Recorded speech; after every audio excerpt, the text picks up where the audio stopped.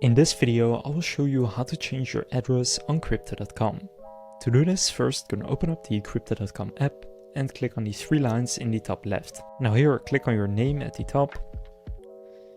And then here, gonna click on support. Now click contact support at the bottom.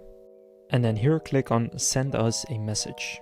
Then they will say select the topic you need help with. Now it's none of these, so I'll click something else.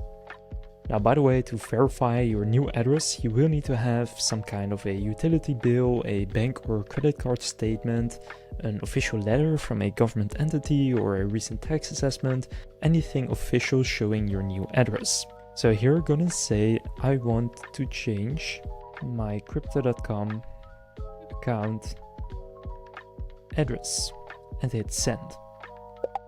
Then here it says to update the address associated with your account, please provide a proof of your new residential address. So as I said, you can use a utility bill, correspondence from a government department or agency, statement or letters issued by a bank, financial institution or authorized insurer, or even a valid government ID showing your address. So here just click upload file and make sure it's from the last 6 months.